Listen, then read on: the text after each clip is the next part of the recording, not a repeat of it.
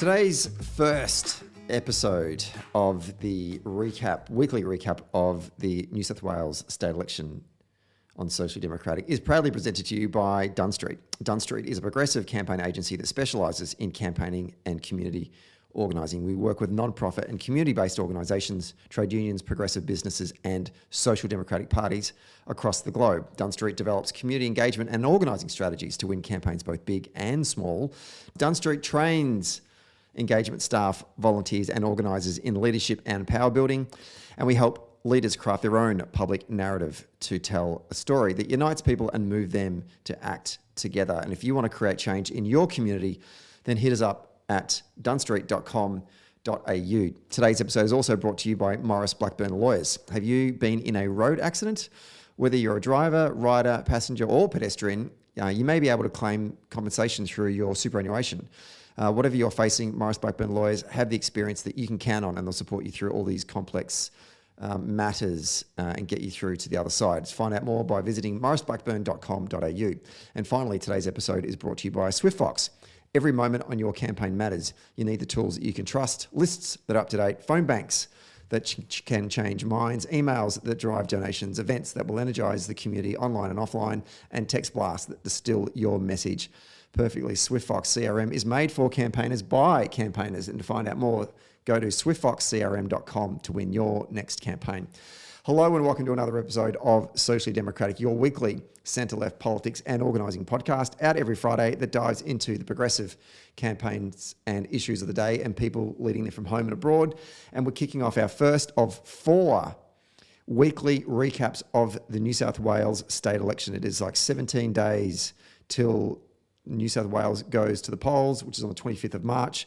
And to help me break down every week of this campaign, we're going to be joined by 2 wonderful people. Michael Buckland, who is the CEO of the McKell Institute, and Rosie Ryan, who is the lead organiser for the CPSU, which is the Community Public Sector Union. Unfortunately for today's episode, poor old Rosie has come down with a bit of a bug and won't be on our show today. So Michael's going to step in and do most of the heavy lifting, but Rosie will be joining us next week for our second episode. So we look forward to seeing and hearing from Rosie, and we wish Rosie the best in getting back on her feet. So for today's episode, it's just going to be myself and Michael. But each week over the course of these next 4 episodes, we're going to unpack the New South Wales state election. We're going to be covering what the leaders are up to, the policy announcements that are going to be happening, the ads that are going to get dropped, the moments in the campaign, the strategies, how it's all working, and also how the media are covering the election campaign as well.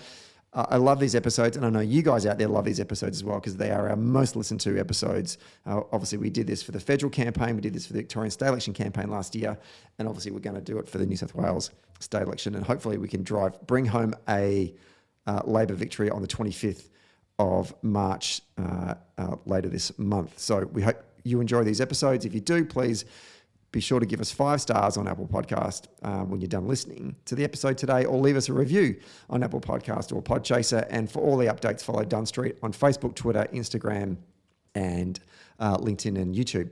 Okay, let's get to today's first episode.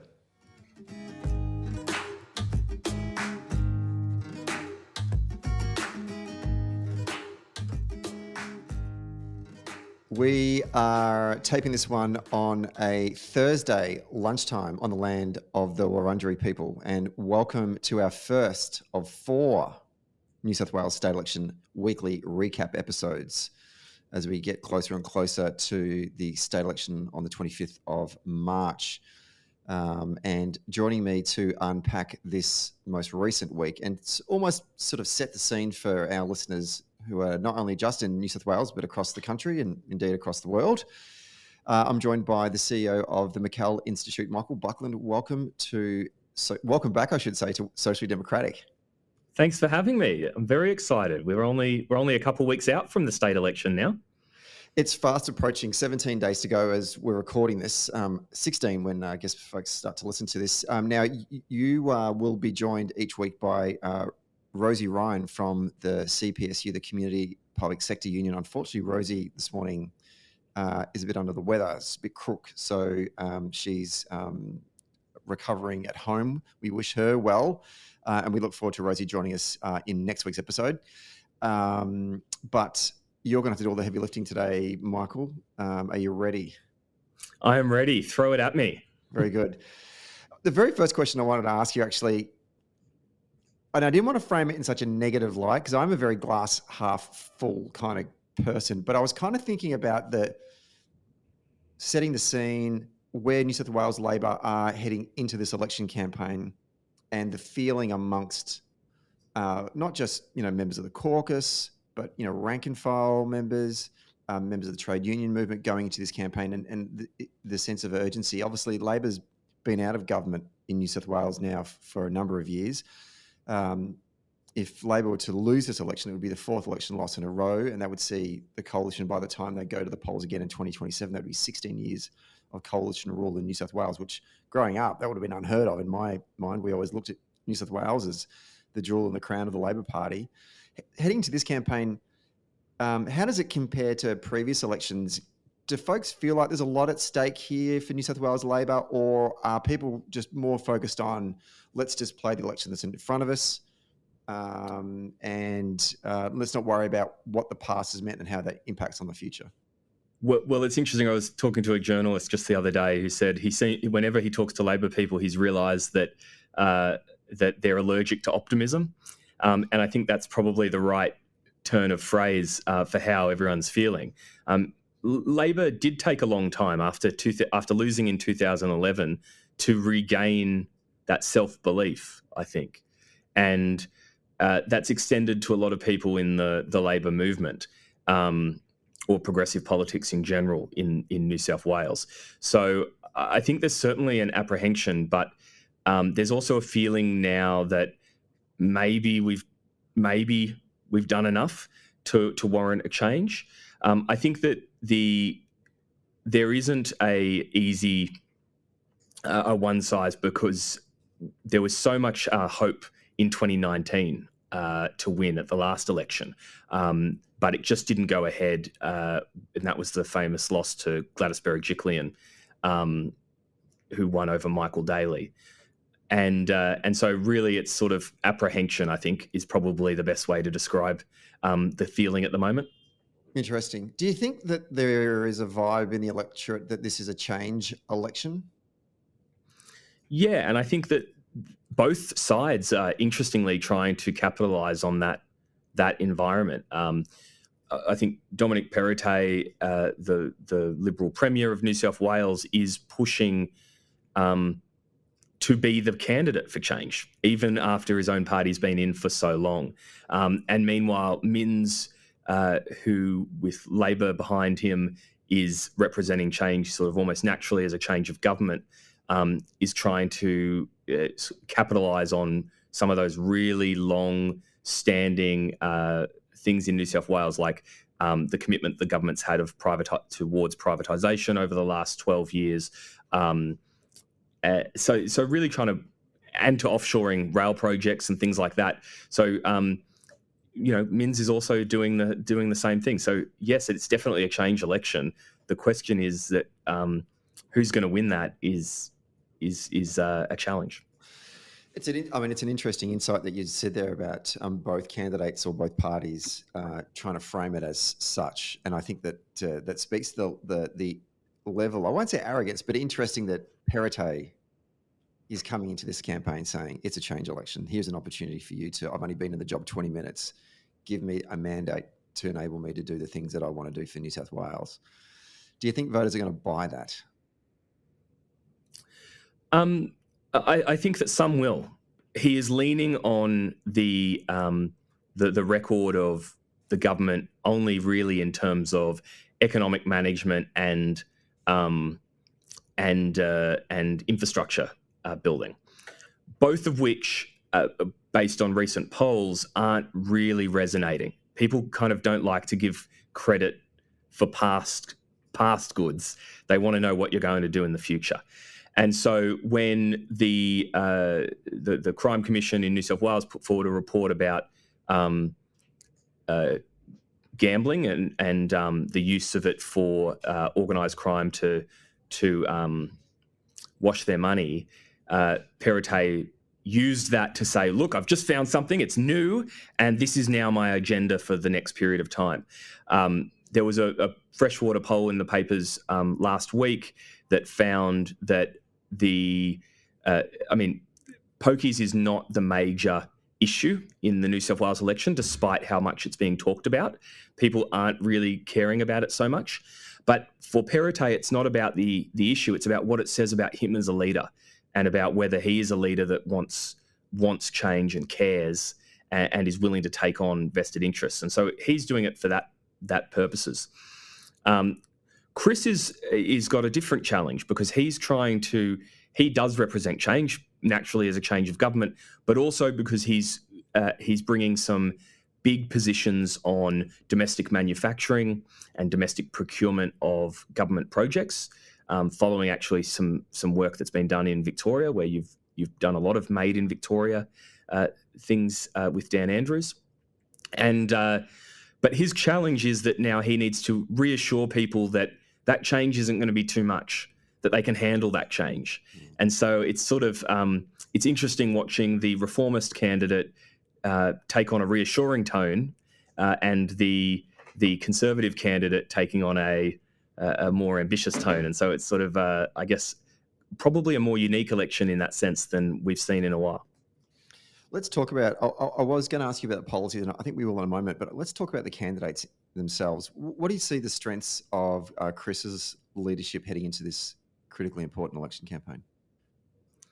Well, I think Chris, as a level head but passionate advocate, is his biggest strength. And you look at it in the same way that Anthony Albanese had to bring he brought his passion and what he cared about to the election and embedded in the policies. But he also spent a lot of the campaign trying to reassure voters that this is change that's manageable, that we can do this, and that it's not going to upend their lives. And so Chris, to be honest, has probably done the best of many of the leaders that have led Labor in this challenging period for the last 12 years in really establishing himself and what he will be different and what he'll be the same. And the best example of that is when Chris first took over as Labor leader, he made the point where he stopped criticising Gladys Berejiklian. He made the point that if I was sitting, as he said it, if I was sitting and getting the same advice from the New South Wales Chief Health Officer, Kerry Chant, would I be doing anything differently? And most of the time, he said he probably wouldn't, and so he didn't pursue her on that, which maybe meant that he forewent a few media hits, but it also meant that it I think sent a signal to people about the kind of person he was, the kind of change he wanted was deliberate, not universal, and that contrasted very strongly with, for instance, what the opposition did in Victoria, where they hounded Dan Andrews, and he really wasn't given any clean air, but at the same time, it made the opposition look like they had nothing constructive to say, that they would have done things so fundamentally different. And for people who were scared of the virus, I actually don't think they wanted that much different. And it shows in the results, not just in Victoria, but also in Queensland, where the election was almost exclusively run on a almost a mid-COVID campaign on re-electing the government based on their handling of COVID.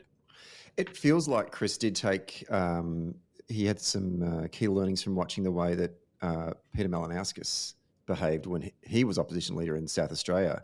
Peter, right from the get-go, was very much supportive as far as he could take it of the government in their approach to dealing with COVID. Whereas, as to the point you made, what was going on across the border in Victoria, both Michael O'Brien and Matthew Guy were going so antagonistic in their approach with the response to COVID that they were lining themselves up with basically cookers by the end of it, and they ended up running ads on it. That was just sort of like, what are you doing here?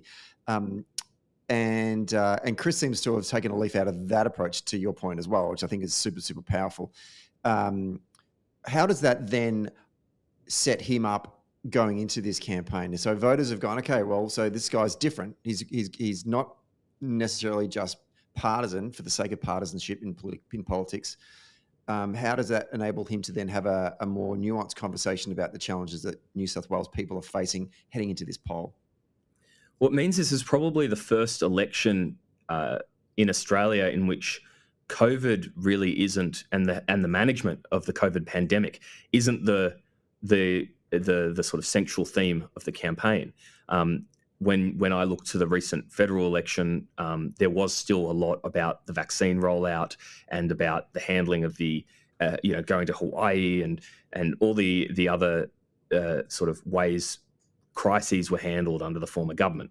And so really, I think this is the first time that's happening. And it's happening also because I talked a little bit earlier about the switch maybe between the Labor Party and the Liberal Party each taking on some positions that we thought were a bit odd for their, or unexpected, I should say.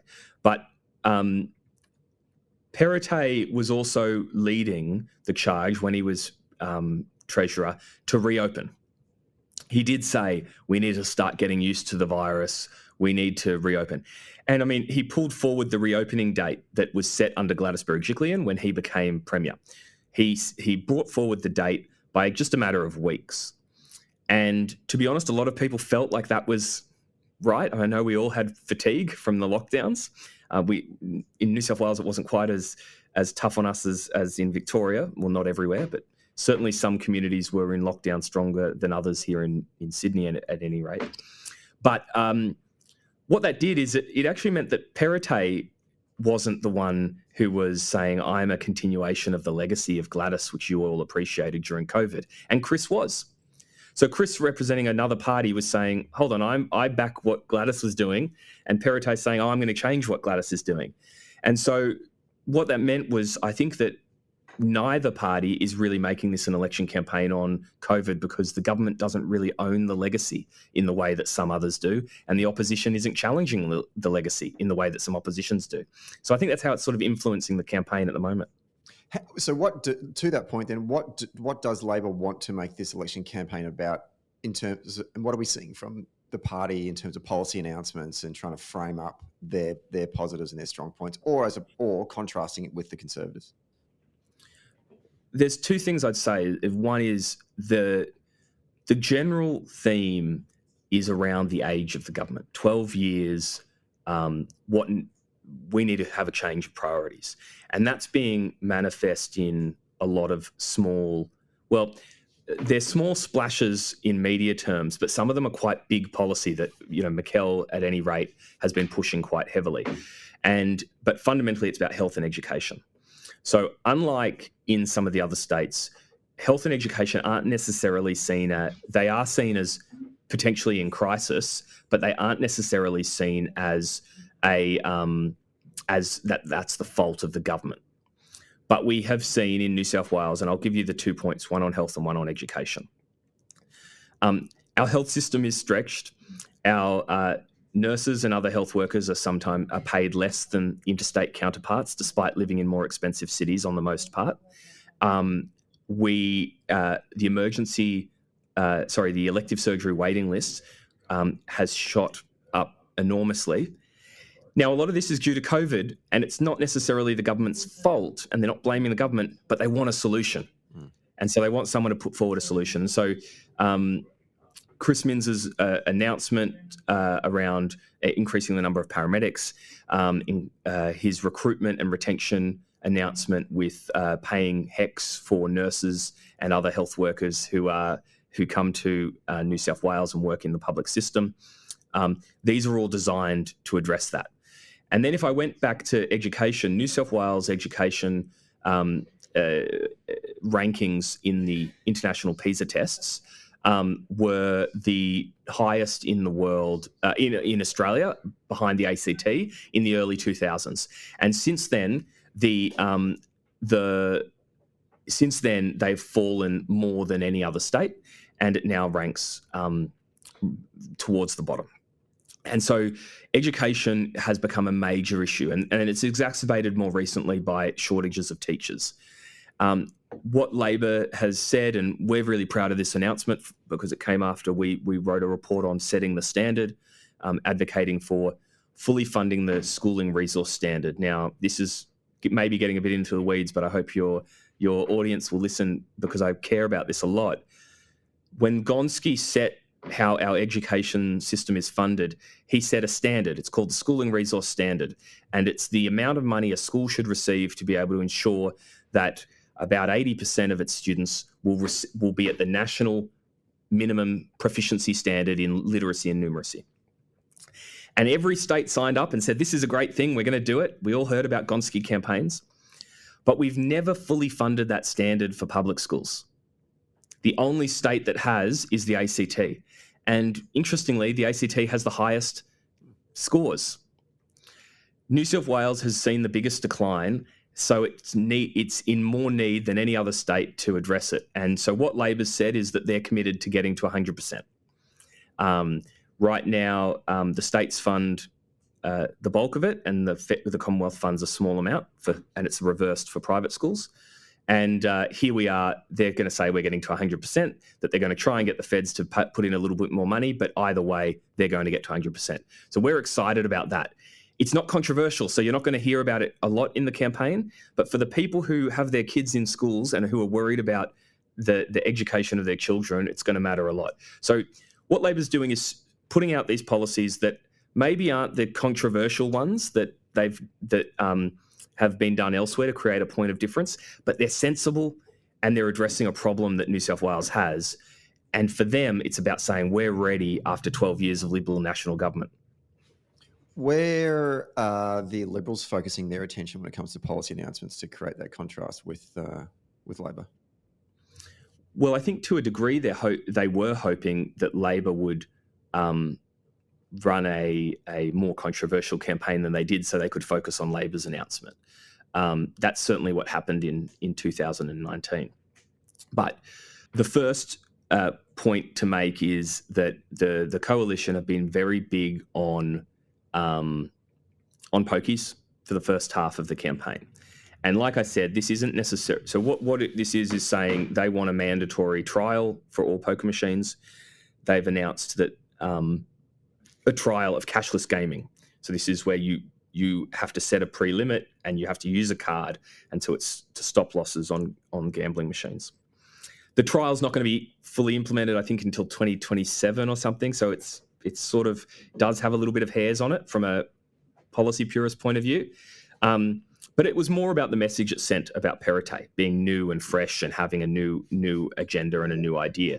So to be honest, it wasn't about him, about the policy itself. But that was really the key focus. It hasn't gained traction as of about mid-February.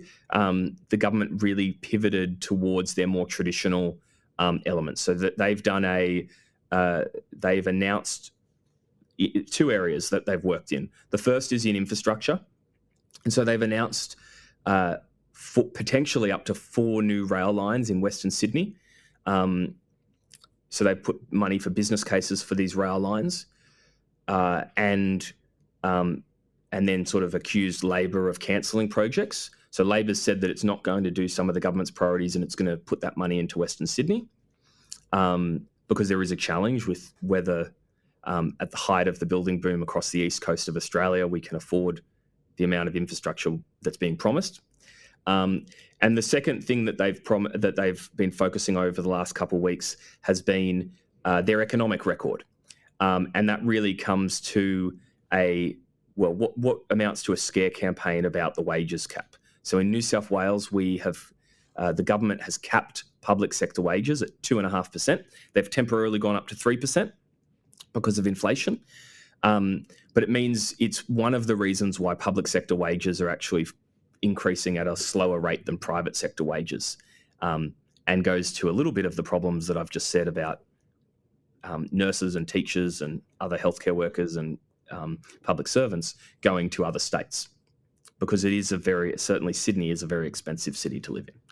And so that has been a key point for them, which has been around what are they, how can they deliver, what will happen if Labor gets rid of the cap, which is what they've said they'll do. So if Labor gets rid of the public sector wages cap, the accusation is the New South Wales budget will blow out by billions of dollars. I disagree, but that's certainly a point of contention.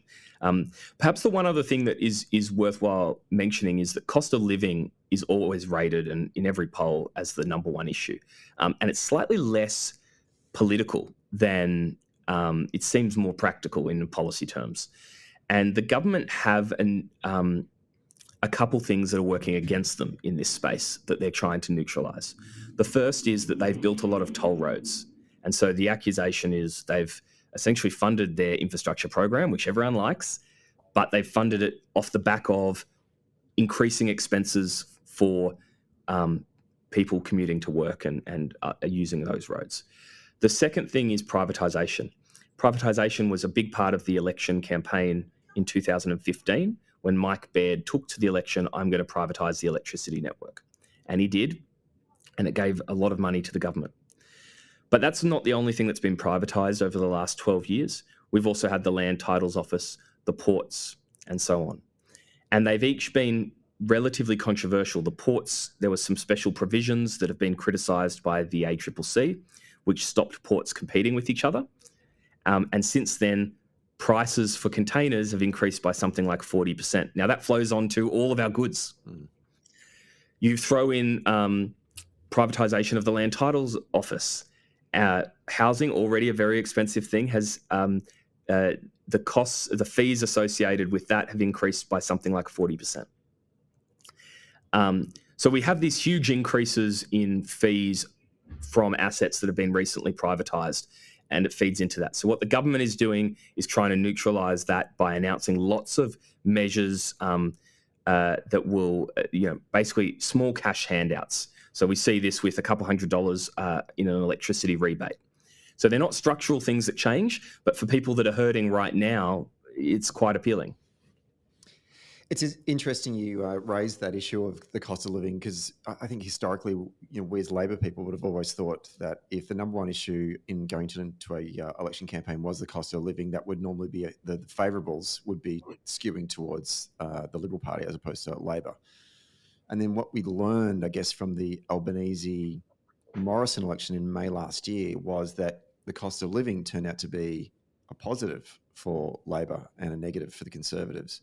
Going into the Victorian state election in November as well, cost of living was highly rated amongst in the research, and also Labor worked hard, I think, to assure voters that your vote would be safe with the Labor Party in addressing the concerns that you have in terms of your home budgets.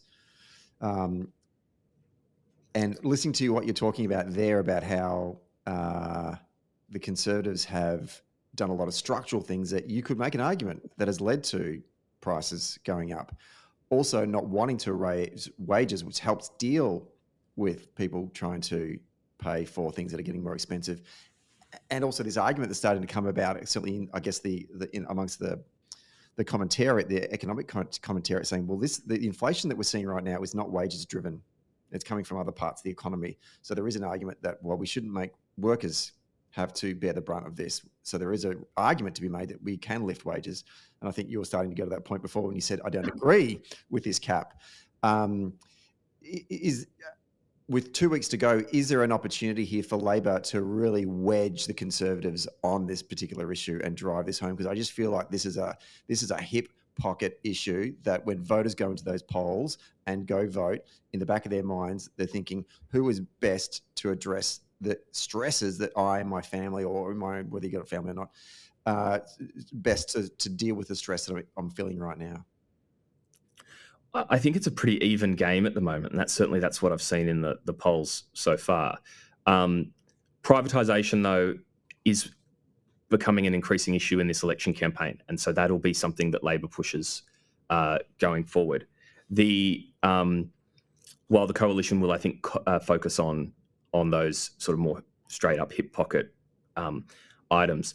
I think we noticed during the federal campaign, it was kind of a big inflection point when Anthony Albanese got up with the $1 and said, this is what the government are opposing. And it's almost a similar point when we talk about public sector wages. But the difference is that the government has to pay for them. And so I don't think you will see, I think Labor will I think everyone accepts that public servants are going to need to be paid more. And we see that in the Sydney Morning Herald did a big splash that showed through their Resolve poll that most people want our nurses, teachers and doctors to earn a little bit more and keep up with the cost of living. But I think Labor will be careful about that. Their policy is that people should be allowed to negotiate. So it's a structural change. It's not we're going to promise that their rates will increase to this or that. It's just it's a principled point that workers should be allowed to negotiate for their wages. Whether that's higher or lower is sort of almost secondary to that more basic principle. So while I do think that it's working in Labor's favour, I think Labor won't make a big deal out of it because fundamentally, if they want to start promising a larger wage for a particular group, that they've got to pay for that, and then they've got to explain that, and it starts getting into more detail. I think that they're going to leave it as and that's not bad for them. I think at the moment people do believe Labor cares more about wages, and that they trust Labor to be able to do more to keep their wages higher. Let's take a quick break to talk about SwiftFox. Every moment on a campaign matters. You need the tools that you can trust. Lists that are up to date, absolutely. Phone banks that can change minds. Emails that drive donations, and events that will energise the community online and offline. And text blasts that distill your message perfectly. SwiftFox CRM is made for campaigners by campaigners. And to find out more, go to swiftfoxcrm.com to win your next campaign. Okay, let's get back to the show. Let's talk about, actually, and one more question about Dominic Perrottet. And I'm interested in this because I know that when he first became leader of the state, there was, assumptions made about him and his leadership that went to sort of a lot of those Catholic tropes. He's got, 50 kids.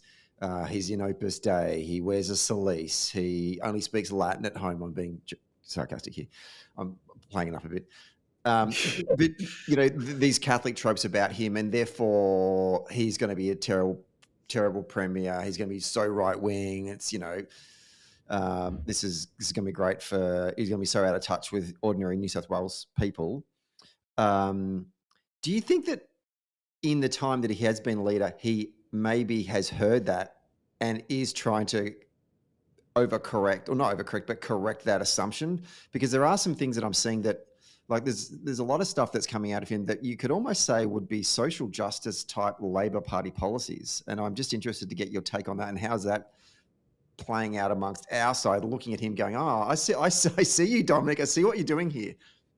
Well, interestingly, I think there's many Catholics who do see their faith as fundamentally about social justice. And so I think that it's more of a distinction probably between people being turned off from institutionalized religion in general, and therefore, and a lot of progressives fall in that category.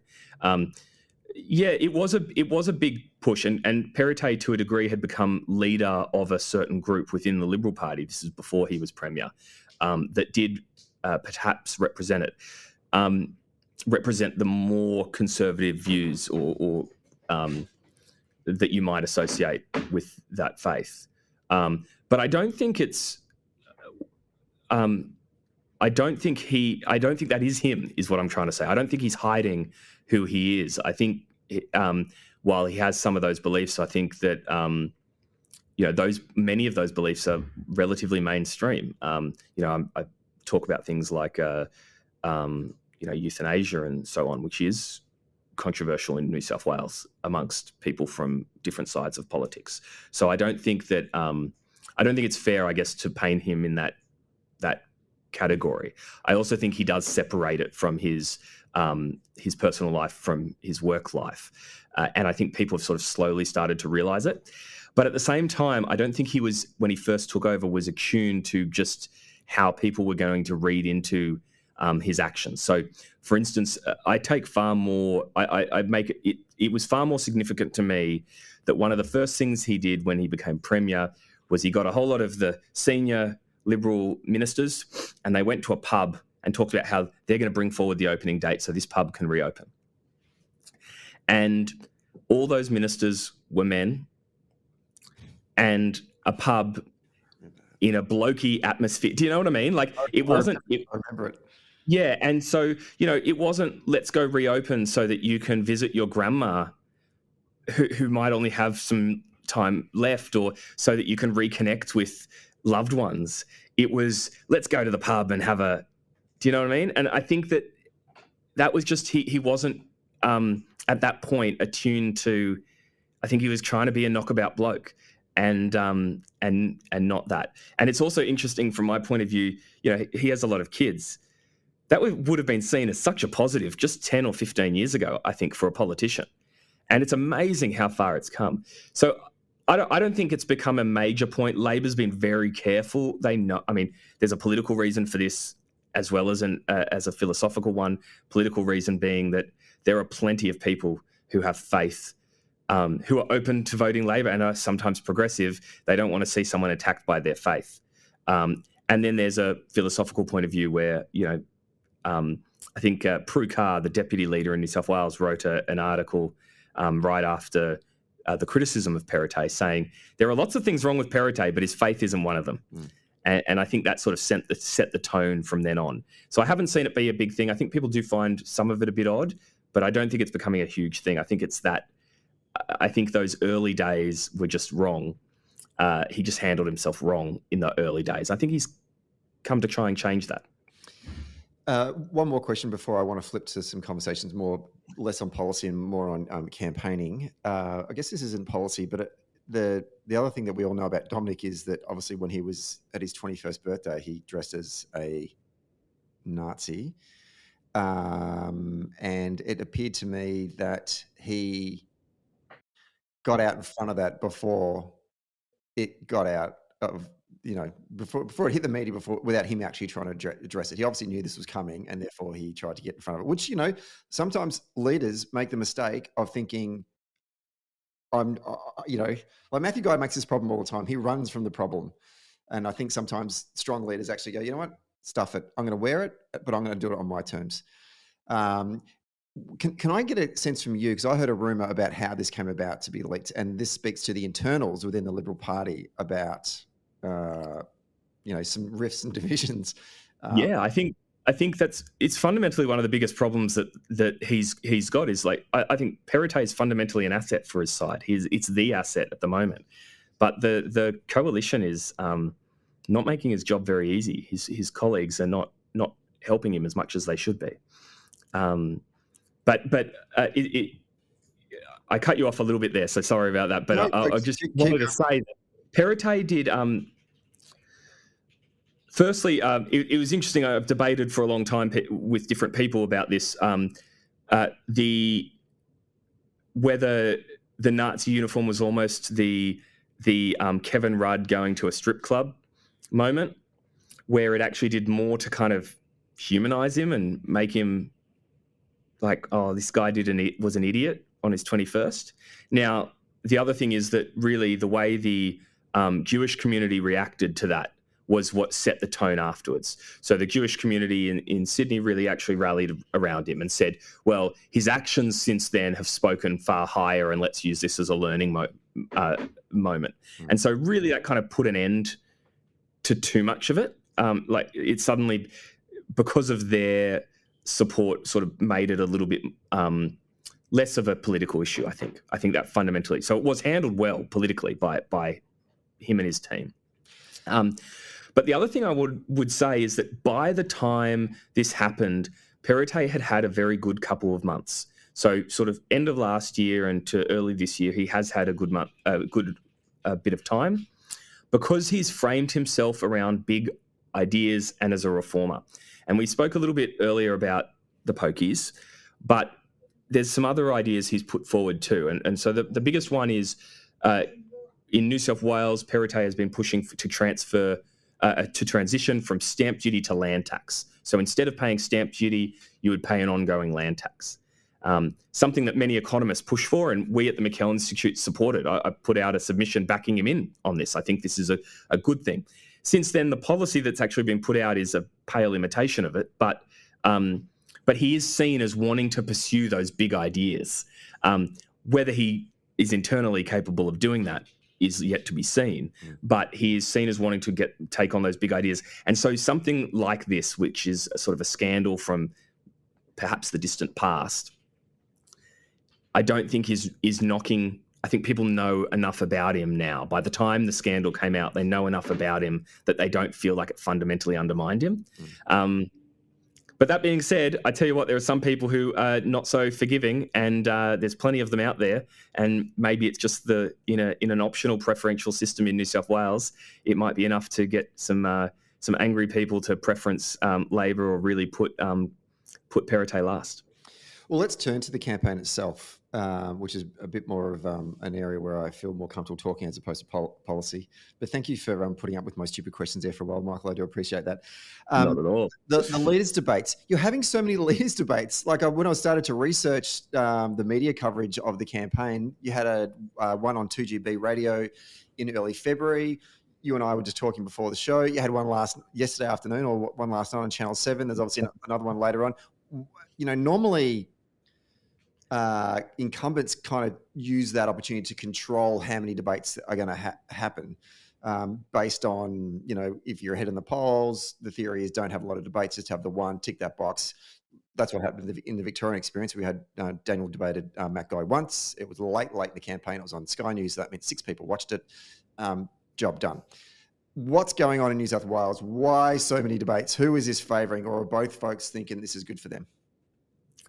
Well, I mean, both folks are thinking it's good for them, which is why it's happening. I mean, Perrottet is the biggest asset for his government, and they know this. They're trying to put Perrottet front and centre.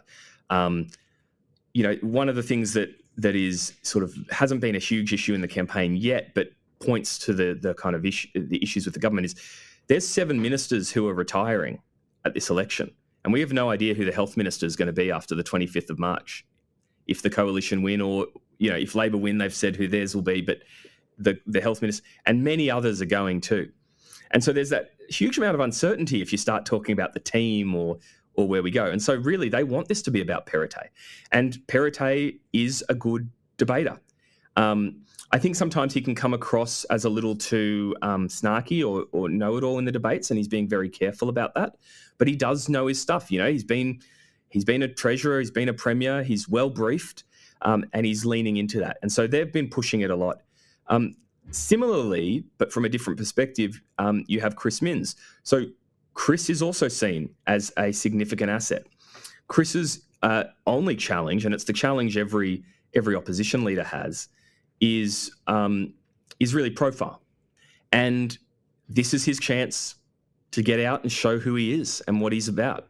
And you see that with a lot of, he's done some recent interviews with his family. His wife did a sort of long interview with Jordan Baker at the Sydney Morning Herald. He played guitar with Kyle and Jackie O on radio. He's trying to show people what he's about, right? And there's not a lot of opportunities to do that except during a campaign, so he's using them. And so he's similarly in the public debate.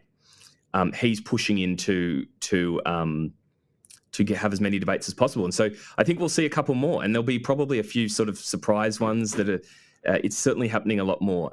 It's a bit head to head. But I would say this is also a very surprising thing for those of us who've been watching New South Wales politics for a while, because famously, the last debate in at the 2019 election was a really tough one for the Labor leader, Michael Daly at the time. Now, Michael Daly, I know him. He knows his stuff really well. He's a really clever guy. But in that debate, both leaders actually, I think Gladys Berejiklian at the time accidentally said there was a toll on a road that wasn't tolled, but he made bigger mistakes. And it really undermined the Labor is ready to govern message that he was trying to send across. And that was on the Wednesday of the last campaign. And so many observers thought, well, Labor's not going to take that kind of risk again. You're not going to expose yourself to the risks of that. But to Chris's credit, he's not shying away from that. He's not saying, I'm going to be fearful of mistakes. He's going out and putting himself out there. And I think that's probably what's needed right now is people need to know that he's ready to be a leader after 12 years. To be honest, I think Labor people are only just starting to believe that they deserve to be in government. He needs to show that they do. I love it. I absolutely love it. First of all, I love a contest. I love the fact that you've got two leaders both wanting to do these debates for different reasons. So therefore, they're trying to get something out of something, and they have to actually literally meet in the arena and have it out. I think that's a really good thing for democracy, and I think it's just great in terms of the theatre of it all. But also, I love what I'm seeing from Chris in that respect, in that, yeah, some campaigns are risk adverse, and they get so risk adverse they don't actually leave the house. He has to, in order for Labor to win, they've got to get out there and they've got to have that conversation with voters. And the fact that Chris is prepared to say, well, I'm going to back myself and I'm going to back my party. I'm going to back our policies. I'm going to back my ability as the chief communicator of this campaign and put myself in that position, in multiple opportunities where it looks like you've going to have 3 or 4 debates across this campaign is fantastic. That's really, really good. And I think it just does send a good message, to your point, to the electorate that I am competent, because it speaks to the competency of what his ability can be as a leader, as the premier of the state. So I think that's really, really good. And I really, I want to shout that out. That's fantastic. Couldn't agree more. Can we talk, probably next week, we'll probably do a debrief of one of the debates in particular. So I'm keen to get a sense from both you and Rosie about how they're going against each other. There was a signature moment in the campaign on the weekend. The Labor Party actually launched their campaign. Before I think you sort of touched on some of the policies that came out of that launch, but I just want to get a sense from you about what you saw from the campaign in terms of the colour and the movement and the structure, who were the speakers, what were the sort of the creative pieces that were put out. What did you see from the campaign launch that's going to tell us about the remaining 2 weeks of this election campaign? Well, I think this was Chris as comfortable as leader of his party. It was the most. It was, to be honest, the most comfortable is maybe a poor word choice by me, but most comfortable speech. He was there. He knew what he needed to do, and it was really a moment where he, alongside Anthony Albanese, who introduced him and endorsed him, that was the moment. It was the, you are in the Labor leaders of you can be premier. It was really that sending that message. And I thought that it's also nice as someone who is a strong believer in progressive politics to see the kind of Labor brand being not tarnished as it was. So for so long in New South Wales, people have been worried about that. And this was pride. Albanese, the former premiers were there. It was getting out with a bit of pride. And so I thought that, when people can be proud of what they're doing, you need to be able to do that before you can win votes. And that's what Chris's election speech was about, being ready for government. And the other thing I'd say, and I know I hark back to policy, but it's really the thing that fascinates me in these contests. But Chris announced that a Labor government would cover HECS costs for nurses and other health workers, and that is it hasn't been made a political problem in that no one's blaming anyone for the shortage, but there is a shortage. We have major shortages in New South Wales. People see it. The wait times are longer. It's hard to get to a doctor, so more people go into hospital, which is clogging it up even further. People are resigning in stress. And I think people are sort of calling out for a solution. So it's great to see. I think he kind of hit a hot button issue in a really sensible way. I doubt it'll get huge play in the media coverage because it's not controversial, but I think it'll. Again, it's sending that message that he knows what the problem is and he's ready to solve it. The tone of the launch, I thought, was great. And to your point, yeah, it's, in order to energize your base, particularly in the way that we campaign these days, where it's such an important resource, is to mobilize not just party members, but people who support the party to go out there and have conversations with their neighbours. I thought that was a great tone in the way that was presented, not just from Chris, but also from Anthony Albanese as well. Pretty great to have an asset that is now the Prime Minister of Australia in your back pocket just to reel out beforehand as well, which I thought was really, really good. Can we let's now talk about how to win this thing. The Libs, I should say the coalition, currently hold 46 seats to Labor's 38. There are 9 on the crossbench. Just walk us through how many seats Labor need to form government, and then let's talk about some of those seats. I will say to our listeners, we're probably going to do a bonus episode in the final week where we go through the path to victory for Labor and unpack each of those seats. But let's just sort of do a bit of a top line snapshot of how does Labor actually get themselves in the hunt, and then what do they need to do to get over the line? Well, there's 93 seats in the New South Wales Parliament, so you need to be able to get to 46, right? 47 to be able to form a majority government. So that puts Labor needing to win 9 seats. But there is it sort of depends, and people have slightly different takes based on there being a few. There's a new seat in Leppington that is a notionally Labor seat, and there's also seats Labor won in by-elections. So, sometimes you'll see people talk about slightly different numbers. I just should flag that. But what's interesting is also that you do have, there are 3 Greens members, all of which are likely to be returned. There is a little bit of talk that Jamie Parker in Balmain could lose, given he's retiring. So the Greens could lose Balmain, but that's probably unlikely. Big margin, and 10% there versus Labor. Yeah, and this is really what you see. I mean, there's a few seats that are off the bat, based on current polling, will likely fall to Labor. The path to victory for the coalition is really hard, and that's what gives, I think, Labor people some confidence. But at the same time, Labor's doesn't have an easy path either. In fact, you start to get to some seats, the margins rise very quickly, is what I'm trying to say. So you really start to look at seats where, to get a majority government, where Labor needs 6 to 9% swings. And in some of those, and those ones are fundamentally going to rely on some local issues to be able to deal with that. And so we're going to see an election campaign, I think, that Labor's going to pick up seats.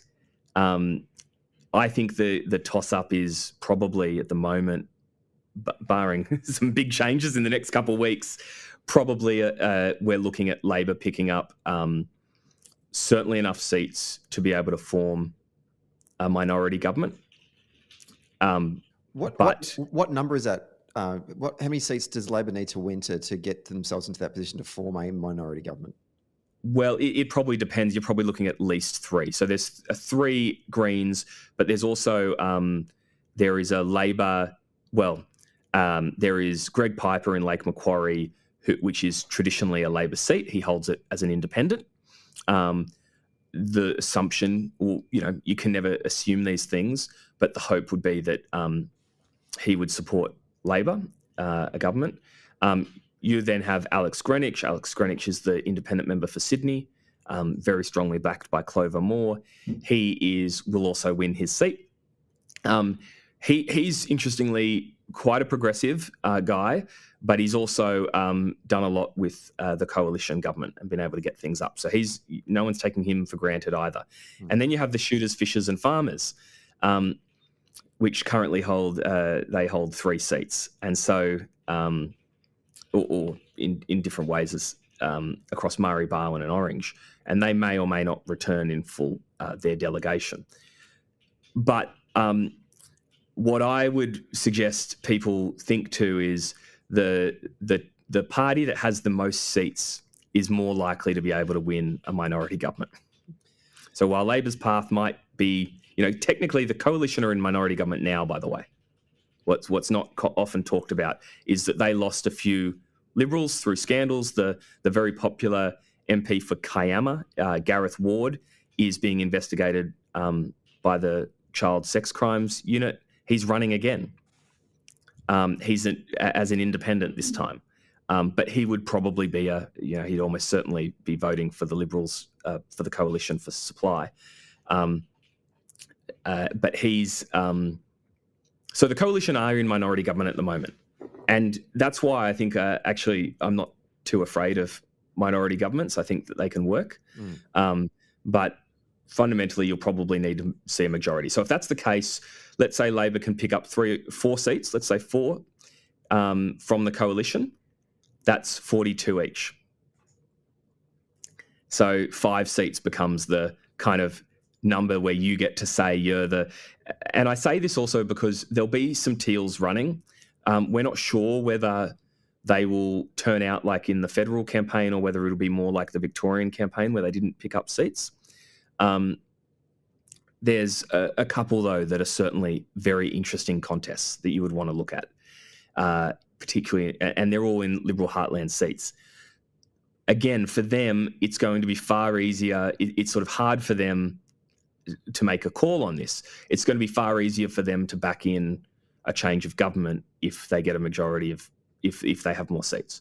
The coalition's view is that if they have more seats, conversely, so 40, let's say they have 43, I think they could probably make up, they might be able to make up and form their own minority government. Say that it's not a mandate for change, that Labor doesn't have enough seats. It's a bit of a who knows, but Labor certainly has enough, I think, to get, I think they've got enough at the moment to get to that more seats, the 4 seats you need. And I think the question is, though, whether they can form a government in their own right. And it's not impossible. There's some big swings that are needed in some seats. That's interesting. So, I mean, 42 is a good number for Labor to work towards. Obviously, if you're the Tories, by the sounds of what you're saying there, Michael, 43 is a number that they'd probably want to be working towards. Seats like East Hills, which these are the marginal seats that are held by the Conservatives at the moment. East Hills, they hold that by 0.1%. Wendy Lindsay's the candidate. Penrith, Stuart Ayres holds it by 0.6%. Goulburn, 3.1. Is that? I mean, I don't hear this seat being talked about. It seems to be all the seats out in the western suburbs that Labor's really kind of trying to go after, like Holsworthy, maybe Parramatta, Riverstone. What are the ones that you think will just topple? I shouldn't say just topple. It's not like you wave a magic wand and all of a sudden seats fall into the Labor pile. It's not as easy as that. But what are the seats that you think, if Labor's going to win or certainly be in the hunt, what are the seats that they need to be jagging early in the count on election night? Oh, well, you need to be knocking off very quickly East Hills and Penrith, both sort of Western Sydney seats. Yep. Then the next lot really is look at Winston Hills, Holsworthy, Riverstone, Parramatta. Most of them are in Western Sydney too, I think. So they're all about 6%. And so if you are hitting them, that's when I think there's going to be a lot of confidence and celebration from the Labor side. Before them, you're going to have a lot of nervousness. So they're probably the ones I'd reach out for. And, it's true that they are Western Sydney based, like you said. Upper Hunter is the second most marginal seat the Coalition have. It's a national seat. It's on 0.5%. So it's very close. But Labor did contest in a by-election there not long ago, about a bit over a year ago. It's not, it's outside of these Sydney seats. They might not necessarily swing as heavily as in Sydney. They don't have the same level of movement of people moving between areas as city seats. And they don't have the same sort of border and other trends changes. There has been a redistribution since the last election campaign, so people should know that. And likewise, I throw in Goulburn. So Goulburn, the reason why I laughed when you said Goulburn is because Goulburn is certainly, I think, winnable for Labor. 3.1, a lot. And you know what? If they win Goulburn, it just means that they don't have to win some of these seats that are on sort of 6.5%, 7% to get there. But Goulburn is also, I've followed this for so long that I've seen Goulburn on the list of seats that Labor's going to win for so many election campaigns now, and they never quite get there, that it's almost like a bit of a joke. At what point, I don't think you can rely on it, is really what I'm saying. And the sort of latest polling is that area is potentially, I guess, they're not heavily endorsing either major party. They're angry for a lot of reasons, but we'll see. And then the other one that falls into this sort of category of seats that have low margins but that are outside of Sydney and might be tough to get is the Tweed. So Tweed is on 5%, so it's also technically easier than, let's say, Winston Hills, Holsworthy, Riverstone, Parramatta. But it's on the border up near Queensland. It's well outside. You have a retiring local member, but 5% is a big swing. You're going to have a struggle, I think, in the Tweed. So whether those seats fall, I think I don't think Labor can rely on them. But there's certainly, if they're falling, it's going to become a lot easier. But it's really those bulk ones in Western Sydney. If I swing up it'd be great to sort of almost, if people reading this almost need a pendulum in front of them. But if you go from sort of the Winston Hills, Holsworthy, Riverstone, Parramatta, they're all between 5.7 and 6.5%. The next ones along are Oatley, which is in South Sydney, Ryde, and Camden and Ryde. And they go from 6.8 to 8.9%. And that's really about the extent to which I think it would be a challenge to be going higher than that for Labor in any of those other seats where you start getting into 10, 12% swings. And so if any of them fall early in the night, I think that's going to be an indication too. But I think that's where it's going to start being, they're going to be the next sort of set of marginal seats. And I think that'll make the determination. So as you can see, the ones that are mostly being relied on to win there are Western Sydney. Yeah. It's something like, We'll no doubt do a much more deeper dive on all of those seats in the final week, which is always a fun episode that tends to go for 6 or 7 days because there's so many seats to cover. Incidentally, though, one of the most downloaded episodes we've ever done, which is the federal election one, where we literally went around nearly 176 seats across the country with David Fanny and a whole bunch of other different people. I'm going to be leaning heavily on you and Rosie for that episode. So get ready to get on the phones and find out what's going on at local level for those campaigns. We're out of time, so I'm going to skip over some of the things I did want to talk about, but we can pick it up next week, like things like optional preferential voting, how that's going to play out, and also a lot of the research and polling that we're seeing coming out. Let's spend time talking about that next week. Before we wrap up, I want to get your sense on how the media are behaving in the campaign so far. Look, and I wonder if it's a different vibe in New South Wales state politics. Certainly when we've done this for the Victorian and the federal campaign coverage, we were looking at the media and observing it and just wanting to hold a bit of a spotlight up to the people who think they're holding a spotlight up to the politicians in saying that your coverage was shithouse, you don't know what you're talking about, it's poor, and you're a bunch of Tories. Is it like that in New South Wales? I know historically we've sort of seen the front pages of the Daily Telegraph over previous election campaigns, and even outside of cycles, it's been just absolutely appalling coverage of getting stuck in the Labor Party. Just give us a bit of a sense of what you're seeing from the two major dailies and also the TVs. How are they behaving in this election campaign? Well, I mean, the papers tend to sort of lead a lot of the kind of, especially the more maybe controversial coverage. I think the TVs play it pretty straight bat in most cases. Again, this is so interesting because you've got the same kind of switching dynamic that we were talking about at the beginning of the episode, where the Sydney Morning Herald has been so heavy on pokies that they've been quite critical of. They want Chris to go further, Chris and Labor to go further. And so whenever it comes to issues like that, they're pretty strong in their position. But because they've been leading so much of the agenda in that, you have a different dynamic coming from the Daily Telegraph, where I think they're actually being a lot more, they're running a little bit for either side. And they're not running that. Now, that might change in the next couple of weeks as we really get into the business end, but I'd say that they're not leading their coverage in the same way that they've done in some other campaigns.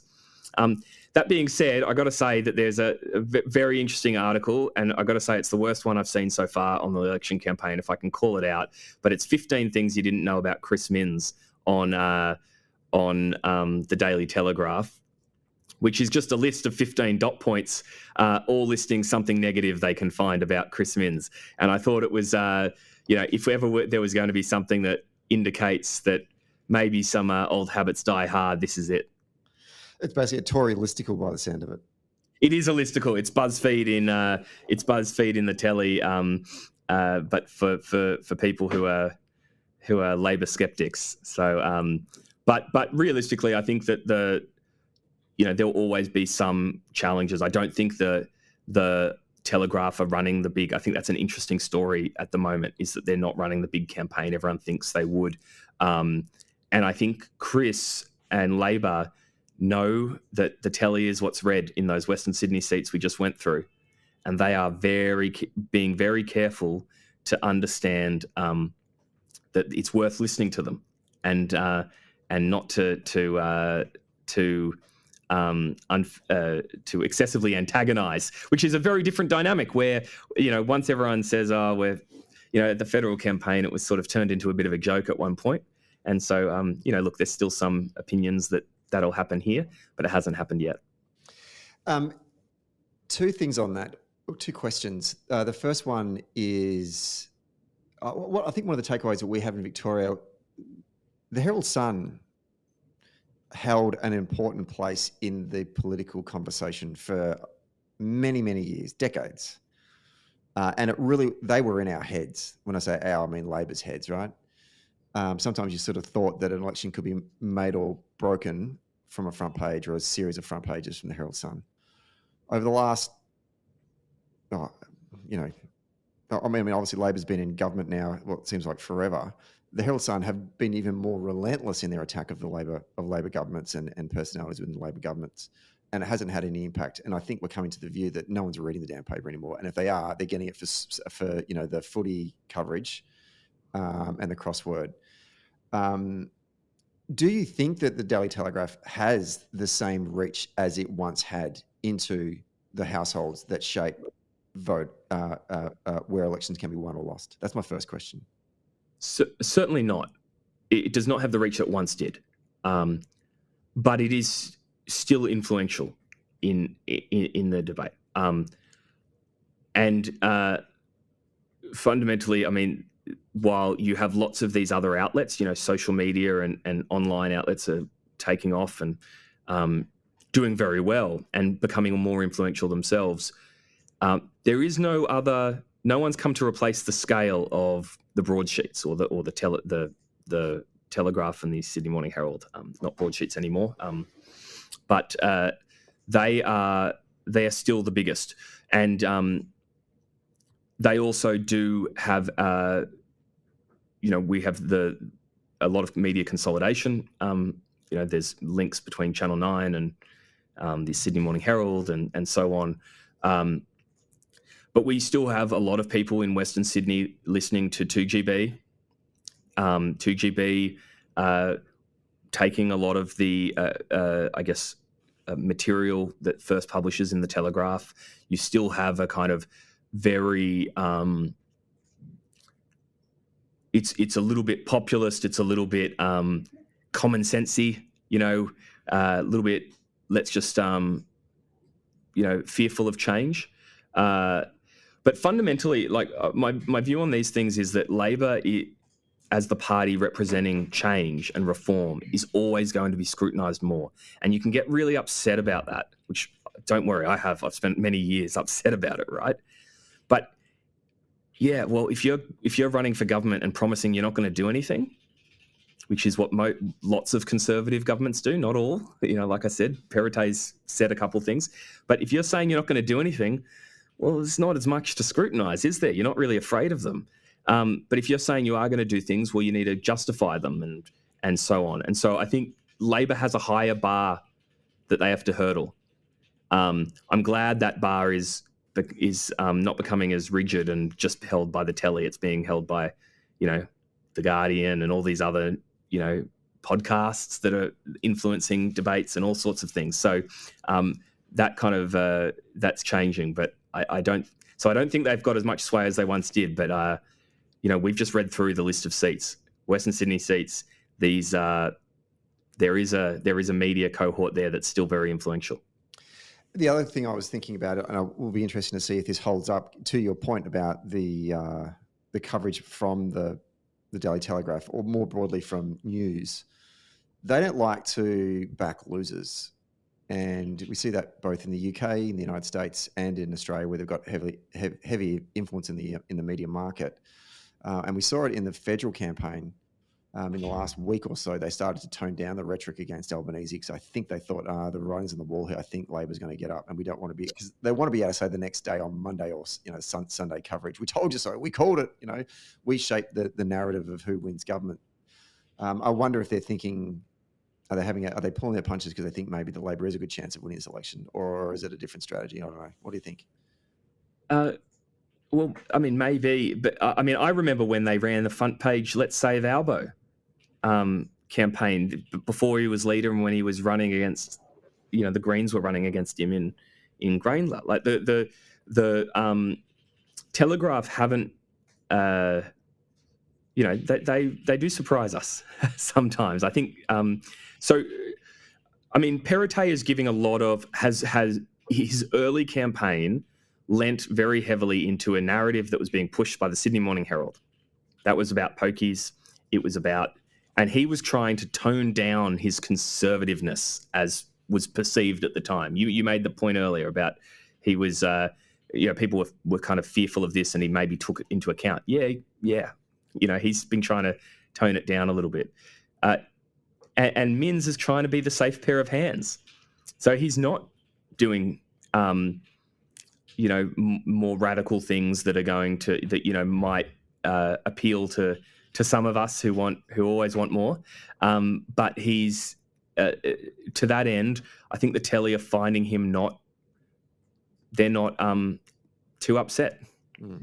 And I think they're also not heavily invested in Perrottet, because he hasn't given them a reason to invest in him either. Well, it'll be fascinating to watch this all unpack over the remaining 17 days. We're at time. Michael, we really appreciate your time. You did a lot of heavy lifting today. So, Rosie, if you're listening, you're going to be taking all the questions next week. No problem. Before I say cheerio to you, just a reminder to folks in New South Wales, if you do want to get involved in the campaign and volunteer your time, go to www.newsouthwaleslabor, so it's nswlabor.org.au. There's a volunteer page there where it lists all the places, local campaigns we can phone bank or door knock. And if you're outside the state, I think you can donate. I'm assuming you can take donations from outside of, because I know you've got weird electoral funding laws there. Oh, you're looking at me for that's not my my thing, but give them the money. Make sure you read those rules carefully, because I got to say, enough people get caught up on them. There are really strict campaign rules. There is public funding, but don't worry, if you're interested in doing it, they'll have the rules written there for you. So indeed. So if you just want to help out and you're outside of the state, please go to that page. But also, if you are local, make sure you use your voice, because with 17 days to go, there's nothing more important than actually having direct conversation with voters on the phones and on the doors, and shifting them into the Labor column as we get closer and closer to pre-poll as well. Michael, once again, thank you for your time today. Really appreciate it, and looking forward to having a chat with you and Rosie for our show next week. Thank you very much for having me. It's going to be an exciting couple of weeks.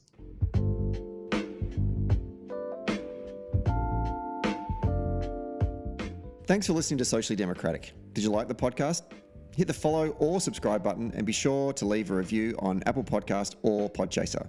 And to get all the latest on Socially Democratic, follow Dunn Street on Facebook, Instagram, Twitter, and LinkedIn. And we'll see you next Friday.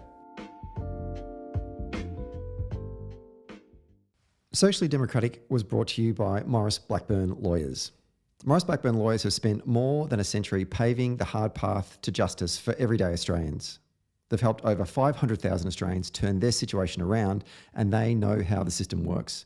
Their experience and skills means you'll get the best results possible. Find out more on their website, mauriceblackburn.com.au. Maurice Blackburn, experience you can count on. Socially Democratic was brought to you by SwiftFox. Every moment on a campaign matters. You need the tools that you can trust, lists that are up to date, phone banks that can change minds, emails that drive donations, events that will energize the community online and offline, and text blasts that distill your message perfectly. SwiftFox CRM is made for campaigners by campaigners. To find out more, go to swiftfoxcrm.com to win your next campaign.